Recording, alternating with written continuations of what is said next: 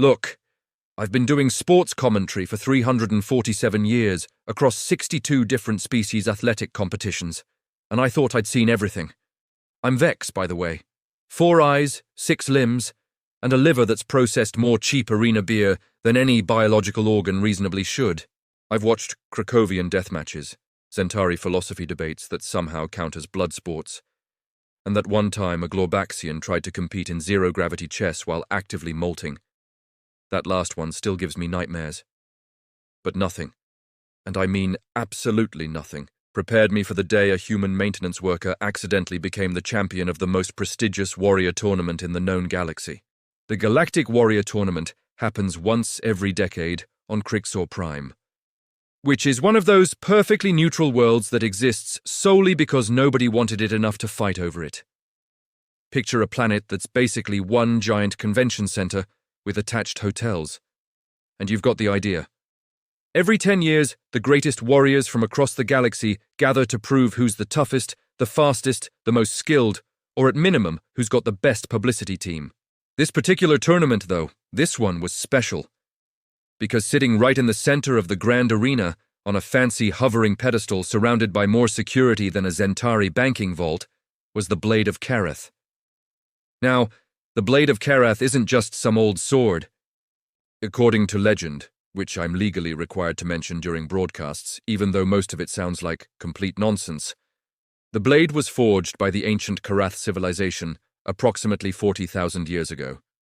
It supposedly tests the worthiness of anyone who attempts to claim it, seeking a warrior, pure of heart, strong of spirit, and probably good with quarterly tax filings for all I know.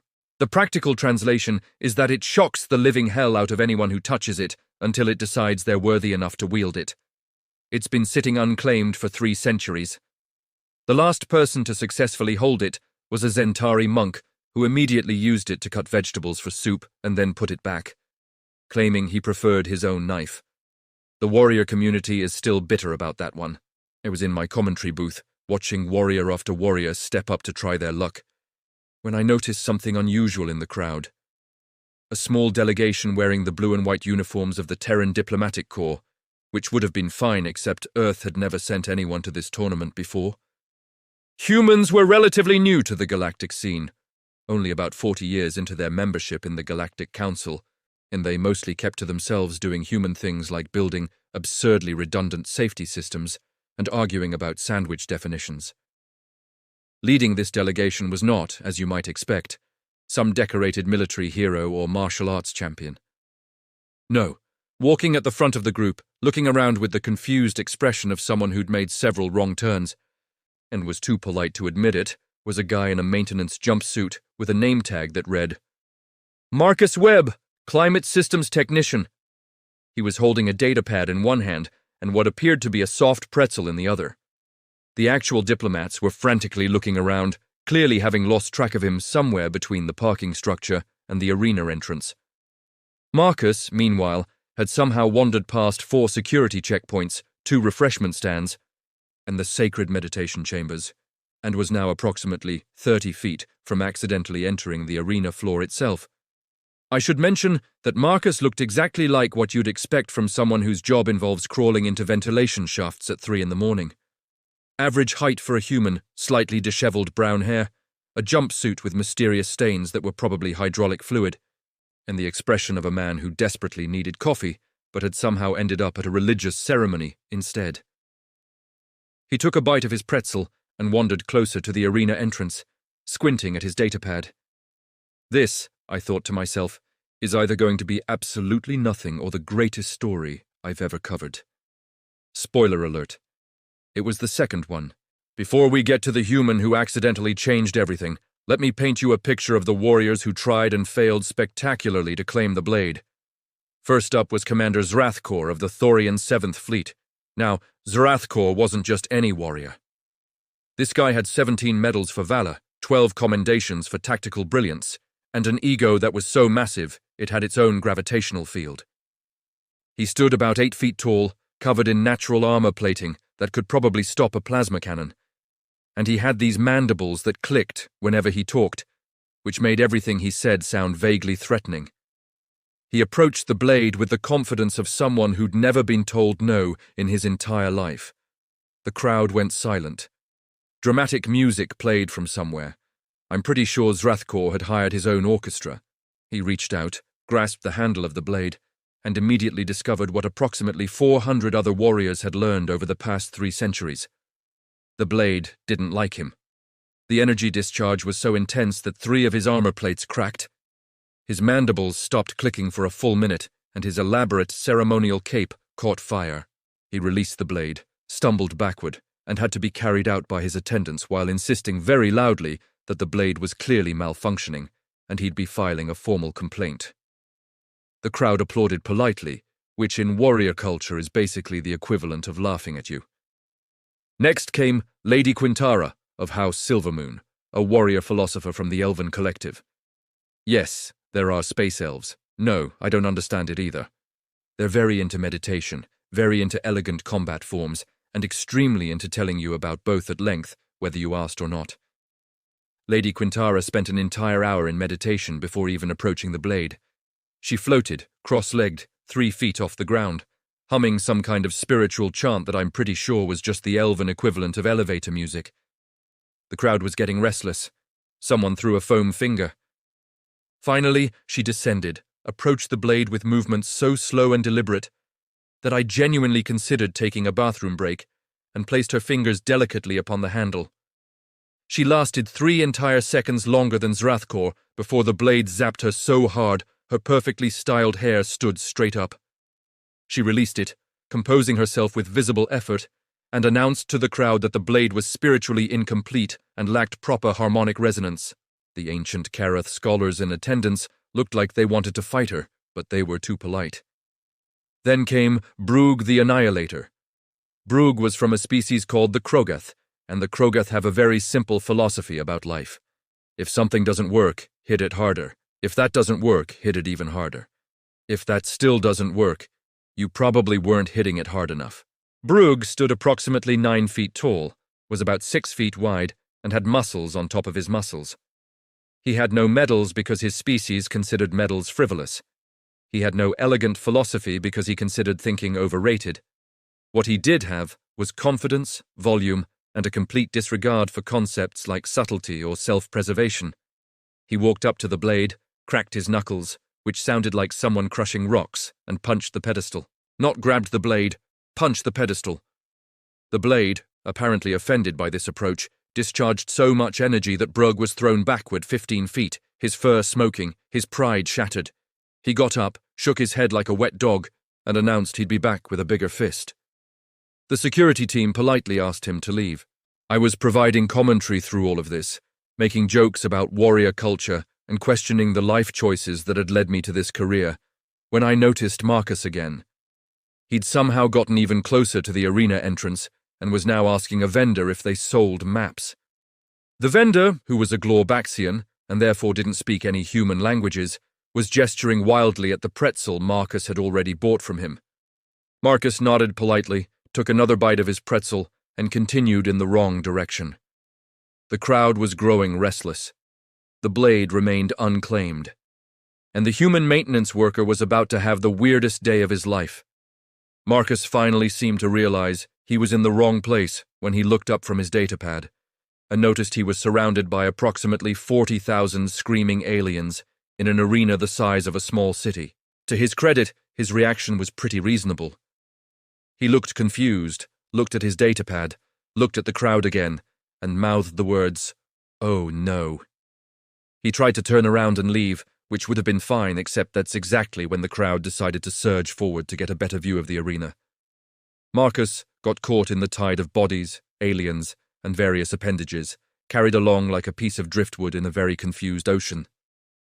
He stumbled through a gap in the security barriers, tripped over a ceremonial banner someone had dropped, and suddenly found himself standing on the arena floor itself.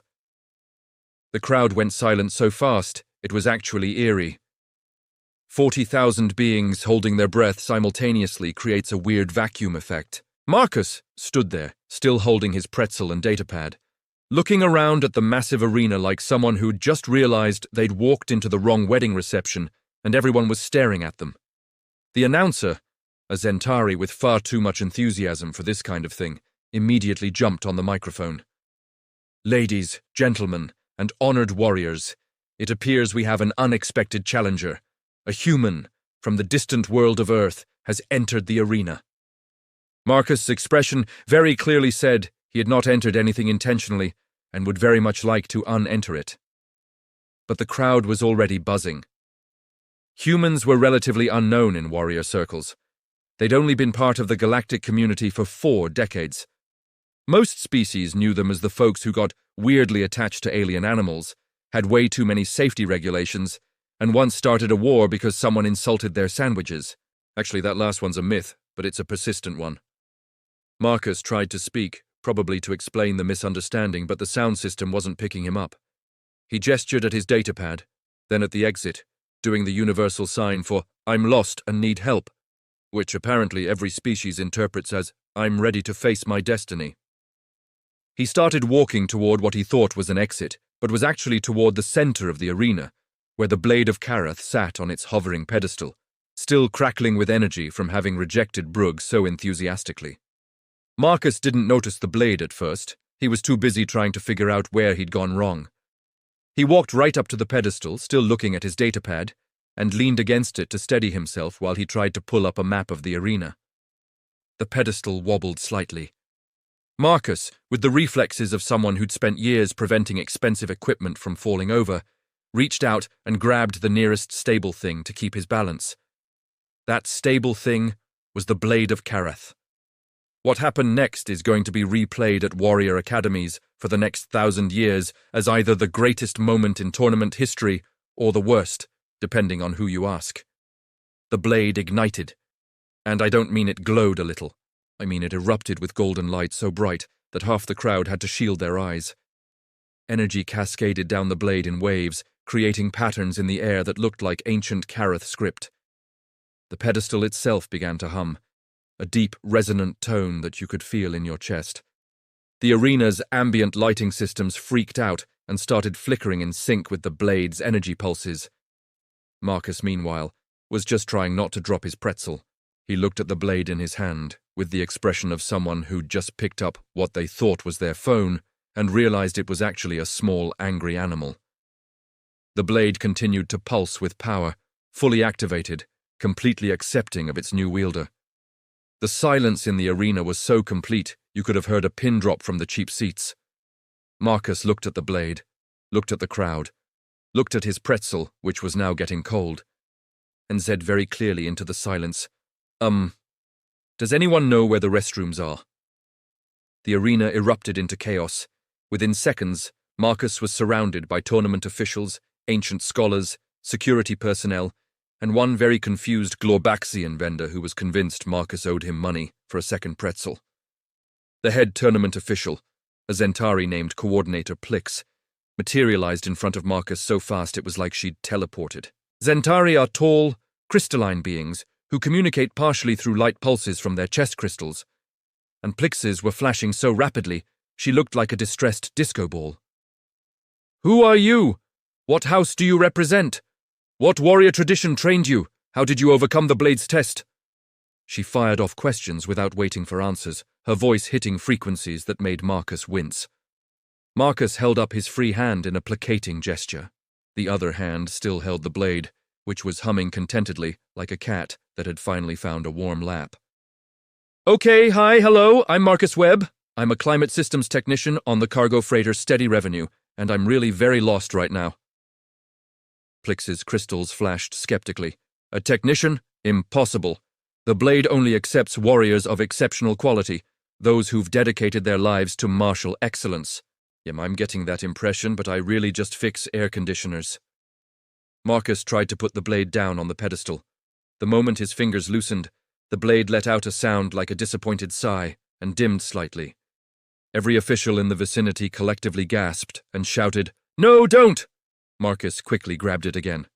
Okay, I'm holding it. Why can't I put it down?" An elderly Karath scholar pushed through the crowd. The Karath looked like bipedal lizards made of stone, and this particular one was so old his stone-like skin had moss growing on it. "Because it has chosen you, human. For 3 centuries, the blade has rejected all who sought to claim it. The last being it accepted spent 10 minutes making soup and returned it. Do you have any idea how annoying that was? I'm starting to get a sense of it, yeah.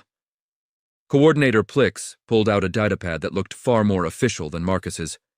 We need your complete warrior credentials, training history, philosophical alignment, combat statistics, meditation practices, everything. Marcus shifted his weight uncomfortably. The blade shifted with him, still humming. My training is mostly watching instructional videos about HVAC systems. I meditate when I'm trying to figure out why a fusion coil is making a weird clicking sound at 3 in the morning. My combat experience is limited to arguing with ship captains who don't want to shut down life support long enough for me to fix it. The crowd of officials looked at each other. Plix's crystals dimmed in confusion. That cannot be accurate. I mean, there was this one time a Krakowian dock worker tried to punch me because I said I'd need 3 hours to fix his ship's climate control, and it was summer on a desert planet, and he was pretty upset about it. But I just hid in a ventilation shaft until security came. Does that count?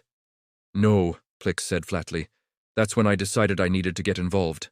I climbed down from my commentary booth, which took longer than I'd like to admit, because I'm not as young as I used to be, and made my way to the arena floor. The benefits of being press meant security actually let me through. Marcus Webb, right? I stuck out one of my hands. I'm Vex. I do commentary for the tournaments. Mind if I ask you a few questions? Marcus looked relieved to see someone who wasn't demanding his warrior credentials. Please do. Maybe you can help me explain that I'm just a regular guy who made a wrong turn. I activated my recording crystal. So, just to be clear, you have no formal combat training? Correct. No warrior heritage or bloodline. My dad was an accountant. No spiritual awakening or prophetic dreams? I had a dream once about showing up to work naked, but I'm pretty sure that's normal. And yet you're currently holding the Blade of Kareth, which hasn't accepted anyone in 300 years. Marcus looked at the blade like it had personally betrayed him. Yeah, I'm as confused as you are. Behind us, Commander Zrathkor had recovered from his earlier electrocution and was demanding a rematch. The blade clearly malfunctioned. I demand another attempt. This human obviously used some kind of trickery. Lady Quintara was meditating aggressively in the corner, which I didn't even know was possible. Brugh had returned and was asking if he could punch Marcus to see if that transferred the blade's allegiance. Security was having a very busy day. Marcus looked at me desperately. I really just need to put this down and find a bathroom. I had 3 cups of coffee before my shift, and that was 4 hours ago. The elderly Kareth scholar suddenly looked up from where he'd been examining Marcus with interest. Wait, say that again. I need to find a bathroom? No, before that. I need to put this down. The scholar's eyes, which were basically just glowing crystals in his stone face, widened. Oh no, we've been doing this wrong for 3 centuries. Everyone turned to look at him. He started laughing, which sounded like rocks tumbling down a hill. We've all been so very, incredibly stupid. The elderly scholar, who introduced himself as Keeper Thonix, was still chuckling to himself in a way that made everyone else very nervous. He shuffled forward, his stone feet scraping against the arena floor, and gestured at the blade in Marcus's hand. Human, tell me, when you grabbed the blade, what were you thinking about? Marcus looked confused. I was thinking I was about to fall over and I needed to grab something stable. And before that, I was trying to figure out how I ended up in the wrong part of the station and whether I could still make it to the maintenance bay for my shift. Thonix turned to address the crowd of officials, scholars, and increasingly bewildered warriors. For 3 centuries, we have sent our greatest warriors to claim the blade, champions, heroes, legends in their own right. And for 3 centuries, the blade has rejected them all. Do you know why? Coordinator Plix's crystals flashed impatiently. Because they weren't worthy. That's what the blade tests for, worthiness in combat. No. Thonix's voice was firm. That's what we assumed it tested for, because we're warriors and we see everything through the lens of combat. But the Blade of Kareth was never meant to be a weapon of war. The crowd started murmuring. Several warriors looked personally offended, Thornix continued. The Karath civilization that created this blade wasn't a warrior culture. They were builders, engineers, problem solvers. They explored the galaxy not to conquer it, but to understand it and fix what was broken. The blade wasn't designed to find the best fighter. It was designed to find the best problem solver. Marcus raised his hand tentatively. Sorry, I don't mean to interrupt, but I'm still holding this thing and my arm's getting tired. May I examine it? Thornix asked. Please. The scholar moved closer, not touching the blade, but running his hands around it in the air, creating small light patterns with his fingertips. Yes, I see it now. Look here at the base of the handle. That's not decorative script, those are diagnostic readouts. And here, along the blade itself, these engravings are efficiency measurements. Plix peered closer. I always thought those were kill counts. Of course you did, Thornix said, with the tone of a teacher who'd just realized his students had been reading the textbook upside down for years. The blade doesn't seek warriors. It seeks engineers, maintenance workers, people who understand systems and can think practically under pressure. Commander Zrathkor pushed forward. That's ridiculous. The blade is a legendary weapon. The blade, Thornix said calmly, is a legendary tool. There's a difference. Tell me, Commander, when you approached the blade, what were you thinking about? Glory, honor, proving my worth in combat. Exactly. And you, Lady Quintara? The elf composed herself. Spiritual enlightenment and harmonic perfection. And you, Brug? Hitting things. Precisely my point. None of you were thinking about what the blade actually needed. You were thinking about what you wanted from it. Thornix turned back to Marcus. This human grabbed the blade because he needed to stabilize himself. He wasn't trying to claim it, dominate it, or prove anything to it. He just needed it to do a job. That's what the blade was waiting for. Marcus was nodding slowly. Okay, that actually makes sense. Wait. He looked more closely at the blade, tilting it in the light. Is that panel loose? Everyone leaned in. Yeah, see, right here. Marcus pointed at a small section near the handle. The power core housing is slightly misaligned. The connection's probably loose. That's why it's been so temperamental. Thornix's eyes went wide. Can you fix it? Maybe. Do you have a micro-calibrator? Someone ran to get a toolkit. Marcus set his pretzel down carefully on the pedestal, much to the horror of several ceremonial guards, and accepted the tools. He examined the blade for a moment, made a thoughtful noise, then gave a section of the handle a slight twist and tapped it twice with the calibrator. The blade's humming changed. The chaotic energy pulses that had been crackling around it settled into a steady, calm glow. The dramatic golden light show faded to a pleasant ambient shine. There, Marcus said, satisfied. The housing was just vibrating loose over time. Couple thousand years will do that. You'll want to check it every few centuries, maybe put some stabilizing compound on the threads. The arena was dead silent. The blade, legendary weapon of the ancient Karath, terror of champions, judge of warriors, had just been fixed with the equivalent of turning it off and back on again. Brug was the first to speak. So you're telling me this whole time the blade was just broken? Not broken, Marcus corrected. Just poorly maintained. Happens all the time with old equipment. Coordinator Plix looked like her entire worldview was crumbling. But the trials, the ceremonies, the spiritual preparation. Yeah, that probably just annoyed it, Marcus said. I mean, if you were a precision instrument and people kept grabbing you while screaming about honor and glory, you'd probably get cranky too. The warriors in attendance were having what could only be described as a collective crisis of faith. 3 centuries of warrior culture, of viewing the blade as the ultimate test of combat prowess, had just been revealed to be a massive misunderstanding of the instruction manual. Lady Quintara sat down heavily. Commander Zrathkor's mandibles hung open. Brug looked like he was trying to punch the concept of existential dread. Marcus held out the blade to Thornix. So, can I go now? I really do have a shift in 6 hours and I still haven't found that bathroom. Plix's crystals started flashing in panic mode.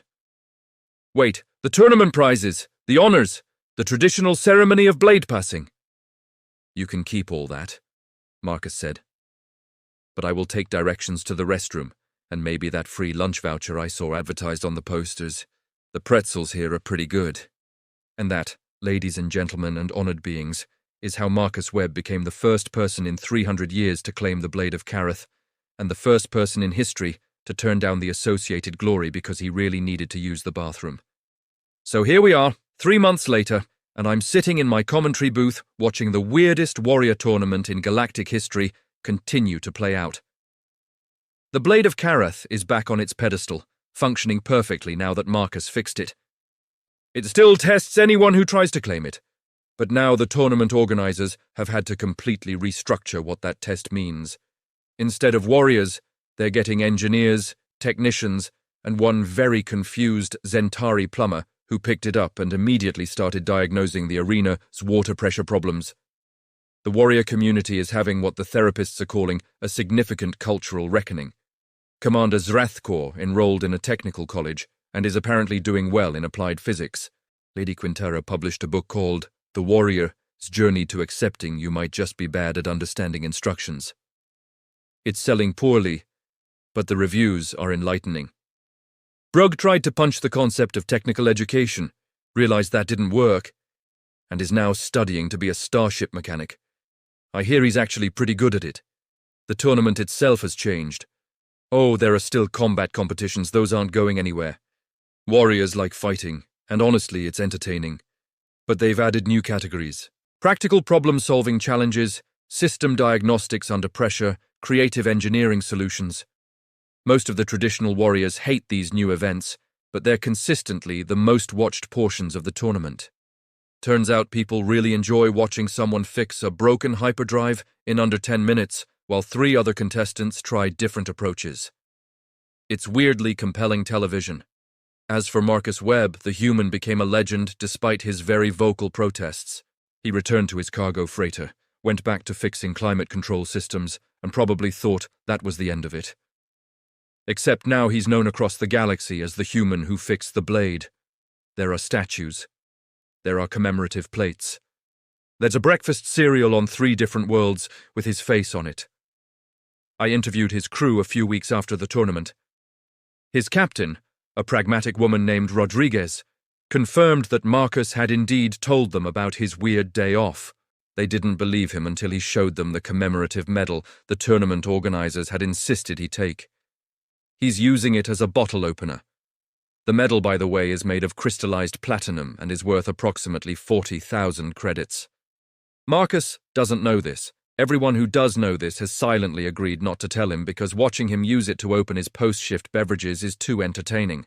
Just last week, I got word that the Blade of Kareth is malfunctioning again. Something about a power fluctuation in the arena's electrical grid causing interference. The tournament organizers reached out to Marcus, offering to pay his travel expenses, accommodation, and consulting fees if he'd come take a look at it. His response, which I have on recording and treasure deeply, was delivered via subspace message while he was elbow-deep in a malfunctioning air recycler. Tell them to check if the arena's main power coupling is properly grounded. If that doesn't work, try turning the blade off and back on again. If that still doesn't work, call me back, but I charge overtime rates after 6 p.m.